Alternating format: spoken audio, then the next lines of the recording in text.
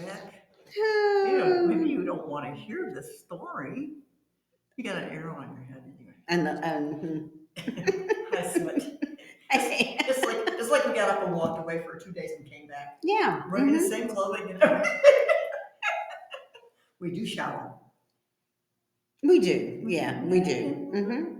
Absolutely. Sometimes twice a day. We're going to start getting busy next week when we start having the soccer games at home. Fun. I'm ready for soccer. And the concession stand. Somebody says you're going to be really hot, but it starts getting cool over there. It will. I mean, usually we do the tent outside for a little while. Yeah, we can do that because the concession stand was full of stuff. But y'all got a nice new building out there, so it's really nice. It's going to be good. I went on Sunday because I don't coach and I don't referee. I'm like, I can't tell the young ones that I'm on quality control. But you never know what I'm going to tell you that you better be doing. Anyway, I'm old. I can get away with it. They're afraid of me. One friend's grandson said, she scares me. I'm like, what? Because I told you to pick up the lawn stuff that I drove over that you had hidden in the grass? Anyway, so we have a beautiful, I believe it's 10 by 20 garage for the equipment. And we had one of the local companies donated that concession stand, the equipment stand that you and I work in. And that is 8 by 16, and it was all filled up. You know how that was. We couldn't even sit in there for a while. No. And we had to pull everything out to even get the stuff out. So now all of the paint, and for those of you who don't understand, we are soccer people. Yes, my grandkids play. Yeah, this is how we met, doing a soccer concession stand for the middle school soccer. And we had fun. Yeah, we did. We laughed. Too bad we can't do a podcast out there, but we're too far away from any internet. That'd be fun. Watching the people come in. Anyway. I might try to figure something out. But anyway. Put your phone up there. So we did that, and it's a beautiful facility. It is. And for those of you who don't understand where we're coming from, I moved down here from upstate New York, where New York is the hub of soccer, because a lot of these Italians moved into New York City and they brought soccer with them. The Cosmos was a soccer team, and they're still there in New York. And some of these players that played in the city moved up to farther upstate New York, and they actually helped found the soccer in the Tri-City area, Albany, Schenectady, Troy, which has been going on for a long time. They have an ideal situation there. And so soccer is being played have been there all year round. You play indoor, outdoor, all the time. And then when we moved down here, we had just a small little rec teams. Which, what's indoor soccer? And that was probably 9-10 years ago that I said, okay, I think 9 years, I said, I've had enough. I don't have any kids involved. So we stopped doing that. And then, your son and somebody else, I didn't really understand that they had come up with a board, and an association asked me to be on the board. And I said, well, okay. And so I've been on that board 3 years, 4 years, something like that. And I'm the oldest one on there. I don't coach. I don't referee anymore. I certainly don't run around on the field with the kids.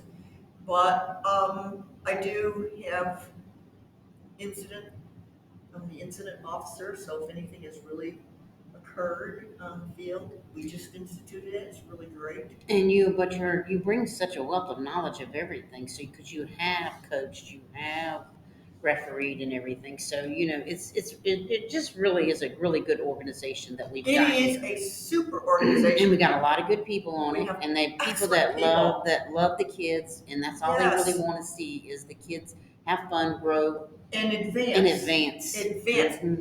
And I guess I bring a perspective from coaching and a referee. Mm-hmm. And the standards for me are very high. And a referee's standards have to be up there because I was taught by some of the best. And my biggest problem with some local ones is one, one referee said, there's no referee who's not unbiased. And I just started shaking. It's like, are you kidding me? And you're refereeing our children and you're saying that we're all the referees are biased? That doesn't hold water with me. And one of the big issues we had this year was in respect of a referee and going after a coach and a team. And I watched that game. Thank God we had it videoed because everything is videoed. And I watched that game at least 3 times and took notes. And it wasn't the coach. And it wasn't the players. It was the referee who actually wrote a complaint about the coach and the players. And I'm like, what's wrong with this picture? Now, the interesting thing is, I think I've enlightened our board by that. And of course, I know your son. He and I, let's share a brain sometimes. They really do. We really do. And mine is much older than his, but But I just love how, like I said, to me, this organization loves the kids. oh my gosh, And that's yes. what they want to see. And so, Oh and the my gosh, coaches, yes. And I'm so anyway. But the ones that we're going to start with next week is going to be the Lunenburg, and it's going to be the middle school. Yeah. So the middle school actually gets to come down here and then play soccer on our field. And use our fields, and which is really nice. They got set up. I mean, 2 of the young board members. One is vice chairman or vice president, and the director of coaches. Mm-hmm. Out there, hours, while the rest of us who volunteered to help moved all the paint, everything, all this equipment that the players don't need when they're playing. All they need in that one side from opposite from the concession stand are the ball equipment, the field equipment you need the day you play. Mm-hmm. You don't need the paint machine. You don't need all the paint. Yeah, maybe 1 can of paint just if you need to spray a little bit. You need the flags. That's it. Pennies if you need pennies. But you don't need all that paint. So all that other equipment went into this building. And then the 2 little U8 goals that were in the concession side, they went in the back of that big building. So the only thing left in the concession is a table. So what we'll be doing next week is we'll set up a table, and then we have a local organization, a local restaurant that they don't supply the pizzas, but I mean they bring the pizzas to us and everything. Then, but we raise money for the local field. But in the middle school, the teams that come play our middle school here love it because not everybody has a concession stand other places, and some of these schools, because we're in a rural area, have to drive an hour or so. So they're hungry. So they're hungry, and their families can eat, and so they're all the time thanking us for having having something just set up for them, and then we get to be out there, we get to watch the game, we get to participate, but we're helping the local rec league. Yes. And we're helping, these families and stuff that are the school teams. School teams.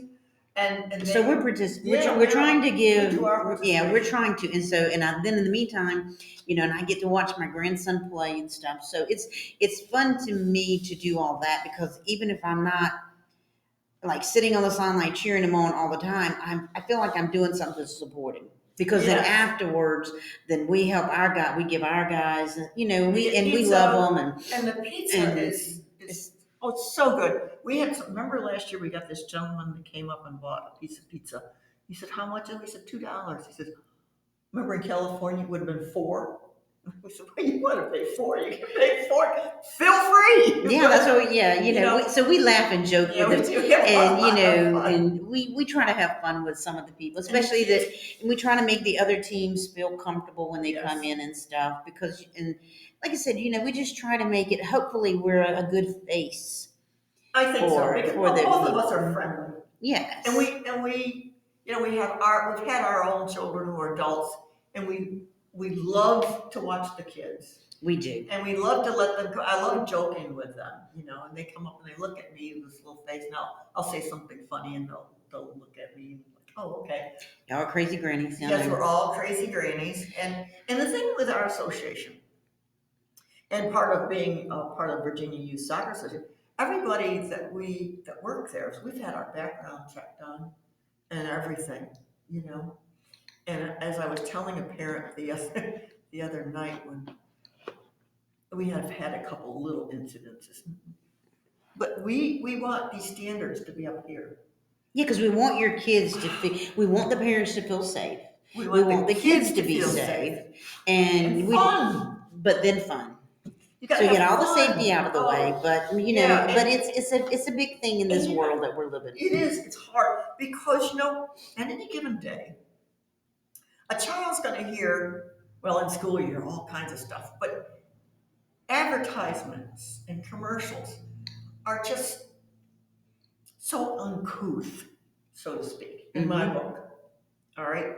So no matter what child you have, what they're doing, they're probably going to get to see a commercial that they don't understand or they're going to find out about, and they're going to test the waters with this. And you have to find a decorum in a role that has to be proper. And some things are acceptable and some things are not. And you also have to know the age of the child. U12 boys are not like a U12 girl. Oh, no. Oh, no. You never know what's going to come out of a U12 boy's mouth. You don't. And you have to, and I know from experience of teaching high school for many, many years, you never know what a high school kid's going to say.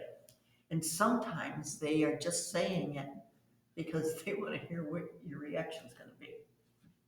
Well, to me, hopefully we bring, like I said, if we can bring a smile to the kid's face. Oh, yes. Give them something to eat and show them a little bit of love. Do you know? I feel like kids need that. I can't, as I said to one parent, I said, this association right here in this little community is superb. It's head and shoulders above any of the other ones in our league. Mm-hmm. It really is. It is. We have a parent code of conduct. We have that they have to sign for the parent and the player. We have incident reports. We have consequences to those, but good ones, so that you're not going to be sent home. You're going to do something as a consequence. Now, in those 9 years that I have not coached, we have coaches. Let's go back. My husband and I took one team to a tournament, and in those years since that time, no one took anybody until this association came into fruition. And now there's 2 or 3 coaches. Your son, one of them. Yeah. So a couple of the board members that are coaches and stuff, they've taken some and even won. They're going this weekend. Yes. They're spending a weekend, and they're so excited. And these girls are so excited. Some of the girls are in my Sunday school class, and they're so excited about going. And I'm so happy. Because years ago when I brought this up, it was no one's going to spend the money to go and spend a weekend. They are, and they're doing it. And I told them. So anything we can do to support and help. To raise money, and that's what we're doing. Our concession stand helps that. It helps that. And I said, have fun. And if you can get these kids out there, it's good for their mental. Oh my gosh. It's good for their physical. And it just perks up their attitude. And then as they see, it's teaching them to play on a team. It's teaching them to abide by rules. I mean, there's so many things that they're getting out of this, and I'm excited about it. I am too. And it's so. I'm glad for it to be starting up again. And I think rec starts. I'm looking forward to being there. Rec starts next Saturday. Yes. So this coming week is going to start being a busy week, but it'll be good. It'll be fun. So now, my daughter, both of our children did soccer. And she mentioned last week, well, she thinks that education wise, her desire to learn and playing on a team made her so geared to learning. A few days later, if you look it up, that's what they said. Team sports works with education. It's two different types of methods, and it works together. So yeah, I'm kind of excited. Well, it's fun to me to watch the kids because last year, my son, he has worked with our his older kids for so long, so he saw them through like age 5 all the way up to Yeah, like I remember, U yeah. 16. Yeah. But now he has a younger son coming along again, so he went back down. And so when you get down to the younger ones, there's some on the team that know nothing, No, they don't know. and there's some of them that know a little bit more. And but it's fun to me to watch from the beginning of the year or beginning of the season to when you end how far. And last year when I went to the couple of games at the beginning and then the games at the end, I could see the confidence in the kids. I could see them learning more how they were working on the field. But to me, I look for the confidence. I like to see that. I like to see that they're out there taking more charge and taking more chances and Making doing more, decisions. making decisions. And that's what I want to see them do. Because they're scared at first and they're not sure what they're doing. They might even kick it the wrong way, but then by the end, they're making good decisions and stuff. And I don't know that kind of thing is more important to me than always the winning. Even though you want the win, I come from competitive. Yeah, it's like I come from competitiveness, between we my want them to husband. win. Yes, Yes. but when you're young like that, you want them to teach them progress, and And they there's, do there's want to so win. much But out there that you're thinking about, like the sudden decisions you have to make. Where do I pass the ball? And to think about, oh, wait a minute, maybe I need to reset. Do I and the have rules any? are different younger than as they get older. Well, So yes, and I they've mean, changed. Some places they have different rules. It depends on locality, but eventually they come up to where they have to play the regular and then rules. you start seeing their little minds work because I've got, like my two grandsons, they love soccer and they're great at it. And they both see the field in a different way. And to me, looking at it through their eyes and knowing, it's just amazing to me how just watching. And then I watch, this one and that one, and I love to see a great goalie. I love to see I I have mean, I such, oh think my gosh, goalies are, I love to see an aggressive goalie. I mean, it's just fun to me to watch a goalie that just, I don't know. There's so many different positions that I love to see play now. And I'm still learning everything. And every year she'll have to teach me. And I still have issues with offsides, but hey, but I'll learn it well, again this year and stuff. So, I have, the main issue I have with offside is sometimes they don't call it fast enough. And in a way, if a person's on an offside position and the ball is coming at them and they've got the ball, call it. Don't wait until they get down in front of the net. yeah. Like I said, I have little And issues, but I'm working on that it. is a strategy because wherever the offside is called, that's where the ball goes. Okay? Now, if a person's just offside at the midfield and they get the ball, my flag would go up. So where does that ball get placed? Right there near the midfield.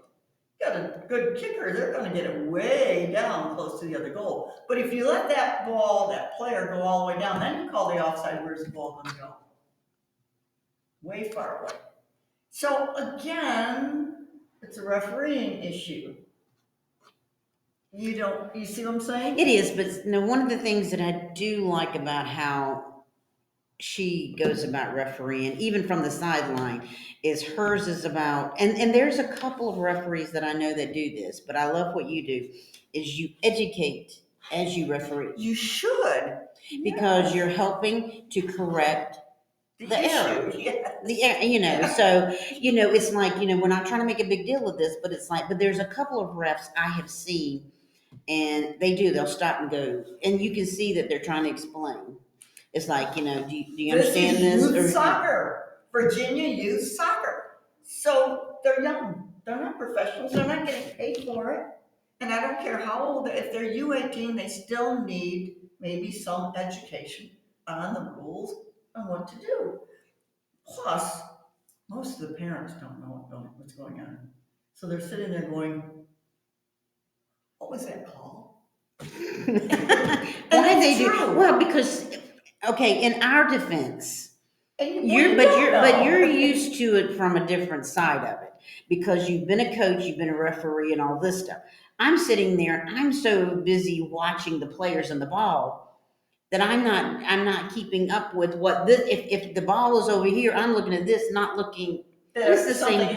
Yes, and I can't do instant replay, but sometimes then all of a sudden it's like no, and somebody else caught it that this player did something, or I'm watching something anyway. So no. So you So have our to minds are verbalize it. and our minds are on something different. But it's nice when we know what the call is for and stuff. But Yes. but it's not for us, it's for the kids and stuff. But yeah, we do get excited and everything. And yeah, I can't blame you. And when you do youth soccer and you referee, and even as a coach, because you'll hear a parent go, "What was that call?" And I'll turn around and explain the call. Oh, and sometimes you have to tell the parents, and I've done this as a coach. Don't start nagging the referee. No, we shouldn't. No. No. But you know what? Sometimes, what's the role of the referee? To protect the players by enforcing the laws of the game.